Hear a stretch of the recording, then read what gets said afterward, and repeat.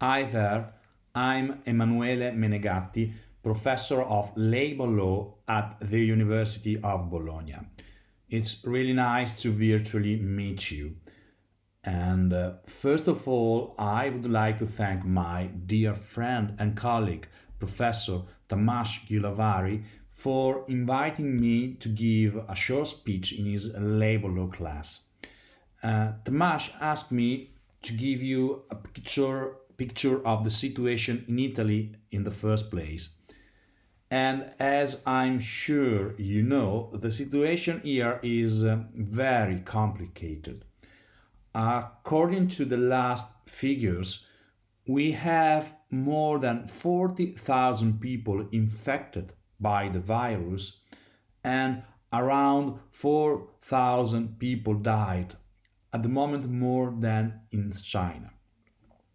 Most of them are old people, and that could probably explain why in Italy the death toll is so high, since we have the second oldest population in the world. However, I must be honest, this is not the whole story. Even people of my age and even younger than me sometimes need intensive care. And needless to say, hospitals in the north of Italy are literally collapsing. I personally live in one of the most affected regions, Emilia Romagna, and we are here in a almost complete lockdown. So basically, we should stay home. We can go out as little as possible, only for mandatory reasons like buying food, medicines, and for, of course, for working reasons. But most of the companies have already closed down their activities. So, if I can give my advice to you, please do your best to prevent the spread of the virus while you still can. So, reduce your social interactions, reduce gathering, avoid gathering at all, and stay home as much as you can. This is exactly what we are told every day. Perhaps you won't believe it, but even locked at home, you can do a lot of things. Things you would never have imagined before. I'm referring to sport. For example, I discovered I can practice my favorite sport from this video.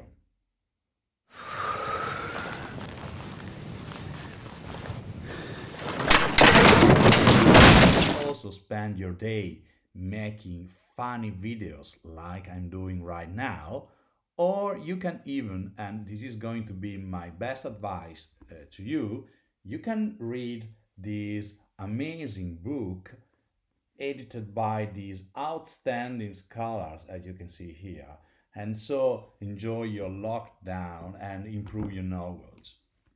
This dramatic situation has labor law and social security implications.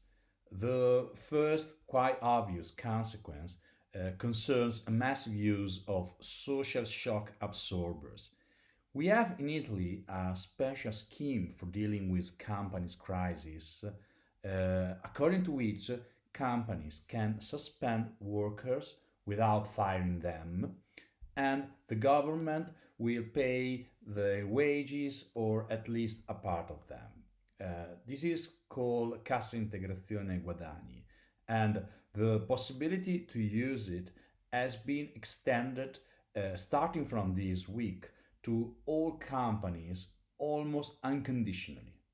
Obviously, this will have a dramatic impact on our public debt, but at the moment, this is not the most concerning thing we have to deal with. However, the most relevant news, in my opinion, for work in times of coronavirus is the massive use of remote work arrangements. I'm doing it now. My colleagues at university, they are doing it now. I have many friends doing it now. We call this smart or agile working. It refers to work performed by means of digital technologies, and the work here is organized by stages, cycles, and objectives without strict working time and working place constraints. So basically, you are free to self organize your work.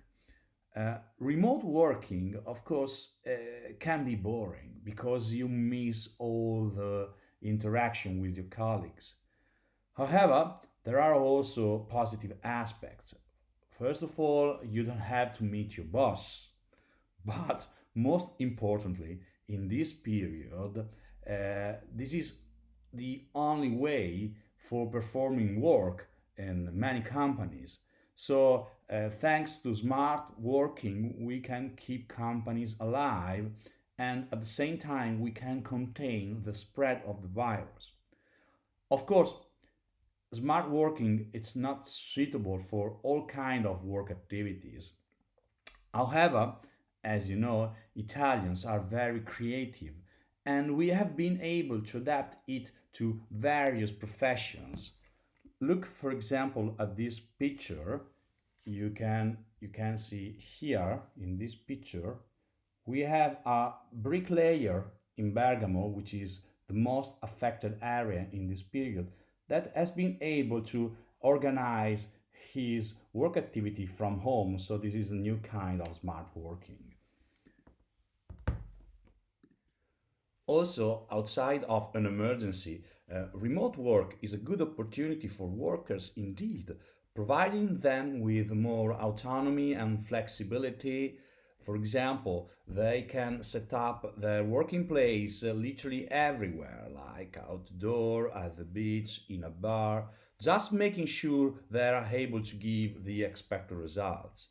Moreover, remote working allows a better work life balance, granting more time for your family and friends in place of commuting in rush hour.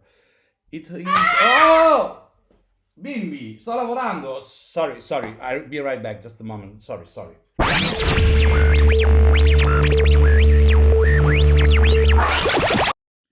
Really sorry. You just saw work life balance in action. So, I was telling you, smart working has good opportunities. And good opportunities are also related to the positive externalities of smart working. It helps containing the traffic and all the implications related to traffic for people and especially for the environment. It helps companies saving money on rents with a positive impact on the rental market, which would become more reasonable, more affordable. In Italy, the remote work arrangements have been recently boosted by a 2017 law approved in an effort to encourage smart working. However, it has not been so far very popular. It's increasing, but companies still struggle to get past the idea of having workers under control inside their premises. And as I said, workers very often need social interaction with colleagues, so it's difficult to adapt to this new model. In fact, according to the last statistics available before the crisis, we used to have around half million workers working from home just for few days a week. Currently, we have probably around a couple of millions of workers performing it, of course, for all the week. So, I think it's not an exaggeration to say that when this is over, uh, work will be different. We will be aware of the fact that remote work can normally, regularly concern a fair share of workers beyond our current expectation. So I think we will be able to build better working arrangement and better working environment. Broadly speaking, after the crisis, the world will be necessarily different. We will probably need to reshape our economy and society. And this could also be a fantastic opportunity to build it in a more sustainable way. And the crisis is also a big chance for the European Union in the post Brexit scenario. The European Union should prove to be able, right in this moment, to stand together and manage this very difficult situation. If the European institution prove to be able to do that, I'm sure we will move to another stage of the integration with a more cohesive and efficient and social union. We will see. In the meantime, just a big hug from Italy. Uh, I wish you all the best. Please stay healthy and take care. Hope to meet you soon in person in Budapest, and thank you very much for your attention.